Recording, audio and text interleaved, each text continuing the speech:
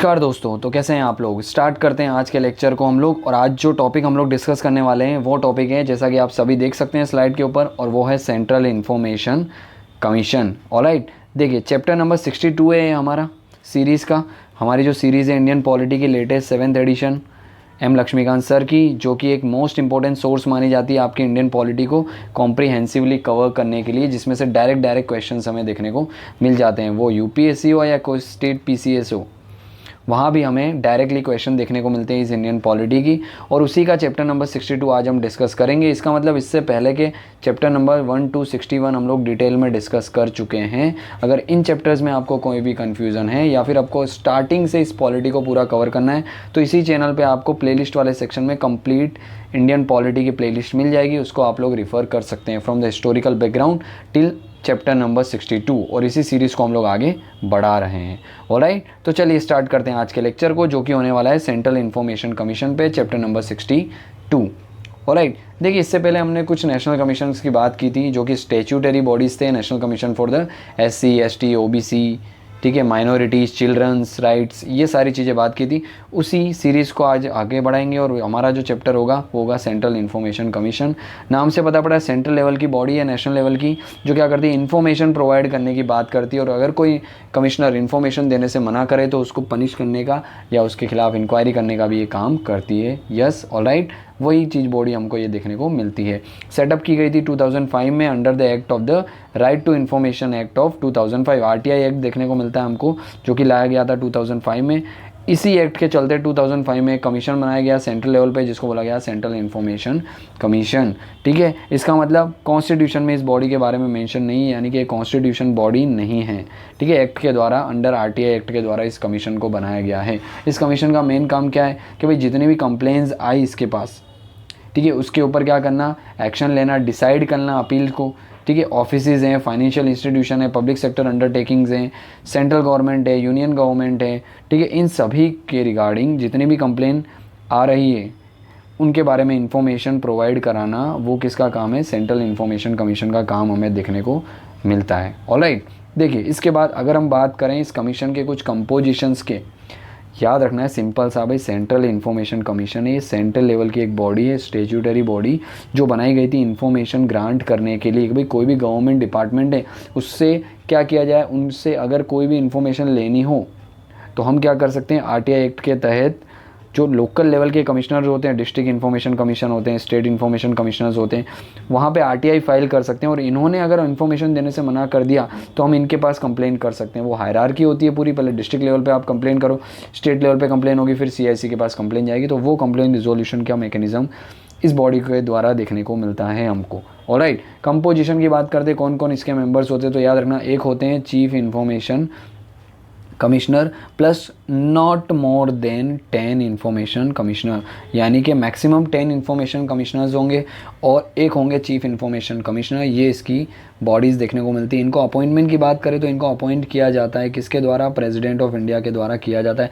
But क्या ऐसे ही कर देते, नहीं, एक पूरी कमिटीज़ होती है, वो रिकमेंडेशन देती है प्रेसिडेंट को, और प्रेसिडेंट फिर इन लोगों को चीफ इन्फॉर्मेशन कमीशन और इन्फॉर्मेशन कमिश्नर्स को अपॉइंट किया जाता है। अब ये कमेटी के मेंबर कौन होते हैं, देखिए प्राइम मिनिस्टर जो होते हैं वो चेयरपर्सन होते हैं इस कमेटी के। इसके अलावा LOP यानी कि leader of opposition in the Lok Sabha में देखने को मिलते हैं। और इसके अलावा हमें कोई भी एक कैबिनेट मिनिस्टर भी देखने को मिलता है। वो कैबिनेट मिनिस्टर कौन अपॉइंट करेगा, सीधी सी बात है, प्राइम मिनिस्टर अपॉइंट करेंगे।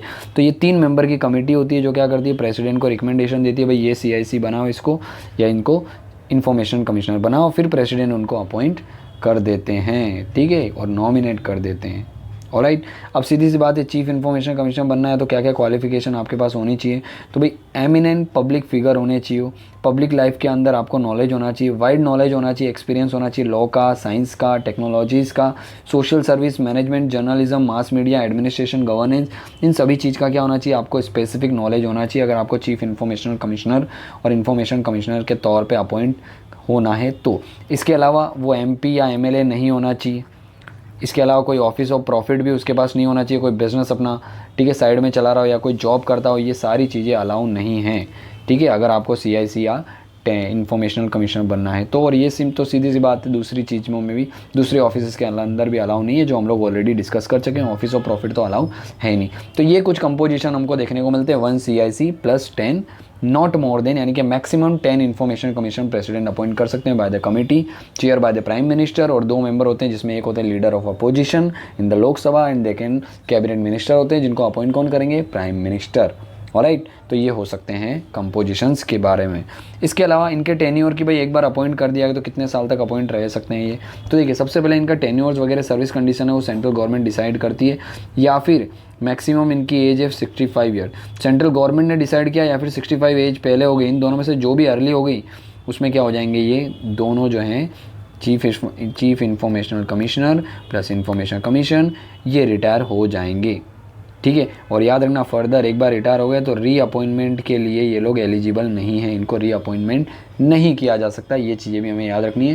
पहले भी हम बहुत सारी बॉडीज़ के बारे में डिस्कस कर चुके हैं, उनको री अपॉइंट, जैसे कि for example minority national commission है, इनका क्या है 2 बार अपॉइंटमेंट किया जा सकता था, बट ये बॉडी जो है इन्फॉर्मेशन कमीशन और चीफ इन्फॉर्मेशन कमीशन, इनका री अपॉइंटमेंट एक भी बार एलिजिबल नहीं है। एक बार अपॉइंट हुआ, रिटायर हुए, घर जाओ, उसके बाद आपको अपॉइंट नहीं किया जाएगा।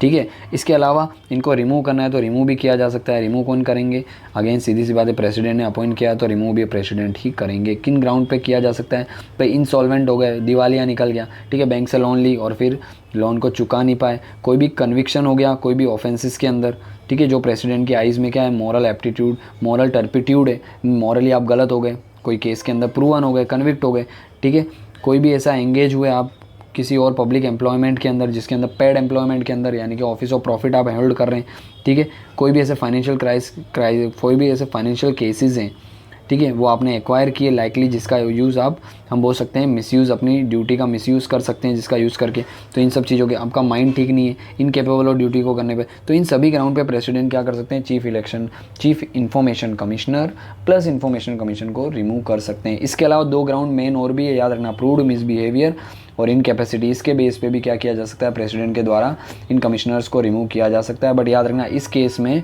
प्रेसिडेंट जो है वो सुप्रीम कोर्ट को आदेश देंगे, सुप्रीम कोर्ट एक इंक्वायरी कमीशन बिठाएगा, वो इंक्वायरी कमीशन की रिपोर्ट जो है वो प्रेसिडेंट को सबमिट करेगा और प्रेसिडेंट फिर उसके अकॉर्डिंग इन दोनों पे क्या करेंगे, एक्शन लेंगे। चीफ इलेक्शन कमिश्नर्स हो या चीफ इंफॉर्मेशन कमीशन हो सॉरी, या फिर इंफॉर्मेशन कमिश्नर्स हो, इनके ऊपर ये इंक्वायरी जो सुप्रीम कोर्ट की रिपोर्ट होगी, इंक्वायरी बैठेगी, उस इंक्वायरी कमीशन ने जो रिपोर्ट दी उसके बेस पे इन पे एक्शन लिया जा सकता है अगर प्रूव मिसबिहेवियर एंड कैपेसिटी का केस हुआ तो।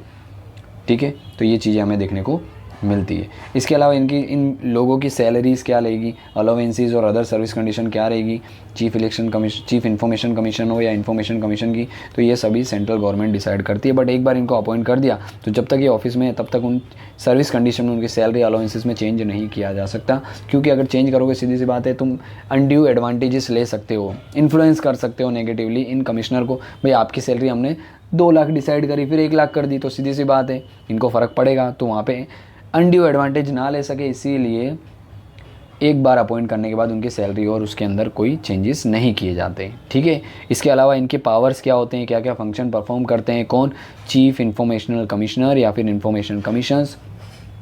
तो देखिए सबसे पहले क्या करते हैं, रिसीव कर सकते हैं, इंक्वायरी कर सकते हैं कोई भी कंप्लेंट जो इनके पास आती है, ठीक है, सबमिट करना information request because of the non appointment of the public information commissioners या पब्लिक इन्फॉर्मेशन ऑफिसर, अगर अपॉइंट नहीं किया गया तो क्यों अपॉइंट नहीं किया है, गवर्नमेंट से जवाब ले सकते हैं। रिफ्यूज़ कर, अगर किसी ने आपको इन्फॉर्मेशन देने से रिफ्यूज़ कर दिया है तो उसके केसेस से डील करना। Who has not receive the response to his or her information request within the specified time limit, तो भी ये क्या करते हैं उनके बारे में कि भाई वो इन्फॉर्मेशन कमीशन है। ठीक है, आपने यानी कि इंडिविजुअल सिटीज़न ने इनसे कोई इन्फॉर्मेशन मांगी, इन्होंने अगर नहीं दी तो आप डायरेक्ट क्या जा सकते हो, ये इन्फॉर्मेशन कमीशन या चीफ इन्फॉर्मेशन कमीशन के पास भी जा सकते हो।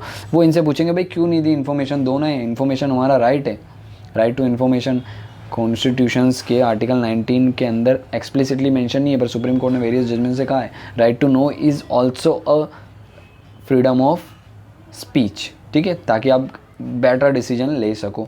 इसके अलावा इन्फॉर्मेशन देना, इनकम्प्लीट मिसलीडिंग इन्फॉर्मेशन दिया तो भी ये कमीशन बीच में आएगा। कोई भी अगर पब्लिक अथॉरिटी दे रही है ऐसी मिसलीडिंग इन्फॉर्मेशन तो ठीक है, कोई भी ऐसा मैटर है जिसमें इन्फॉर्मेशन आपको रिसीव करनी है, तो ये सारे के अंदर क्या करना है, सेंट्रल इन्फॉर्मेशन कमीशन की हमें पावर देखने को मिलती है। इंक्वायरी भी ऑर्डर कर सकती है, सुओ मोटो एक्शंस भी ले सकती है, ठीक है। और जब भी ये इंक्वायरी करेगी तो इनके पास सिविल कोर्ट की पावर होगी, यानी कि एक क्वाज़ी जुडिशियल बॉडी देखने को हमको मिलती है। क्या? ये वाली बॉडी जिसको हम बोलते हैं सेंट्रल इन्फॉर्मेशन कमीशन। तो सिविल कोर्ट की पावर इनके पास देखने को मिलती है। सिविल कोर्ट की मतलब ये समन कर सकते हैं, इन्फोर्स कर सकते हैं, अटेंडेंस किसी की डिस्कवरी हुई किसी भी डॉक्यूमेंट्स की वो भी मंगा सकते हैं, एविडेंस एफिडेविट्स वगैरह मंगा सकते हैं, कोई भी मैटर है उसको प्रिस्क्राइब कर सकते हैं, ठीक है।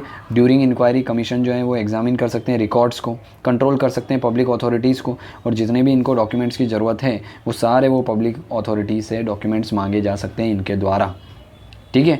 और भी कुछ देखने को मिलता है इनकी पावर्स के अंदर, जैसे कि commission has the power to secure the compliance of its decision from the public authority. कौन कौन सी ऐसी कंप्लायंस पब्लिक अथॉरिटी यानी गवर्नमेंट से ले सकता है कमीशन, कि भाई पब्लिक अथॉरिटी को बोला जा सकता है इसके द्वारा कि भाई मुझे एक्सेस दो इन्फॉर्मेशन की पर्टिकुलर फॉर्म में, ठीक है। डायरेक्ट कर सकते हैं पब्लिक अथॉरिटी को to appoint a public information officer जहाँ पे वो नहीं अपॉइंट किया गया हो जिस स्टेट में।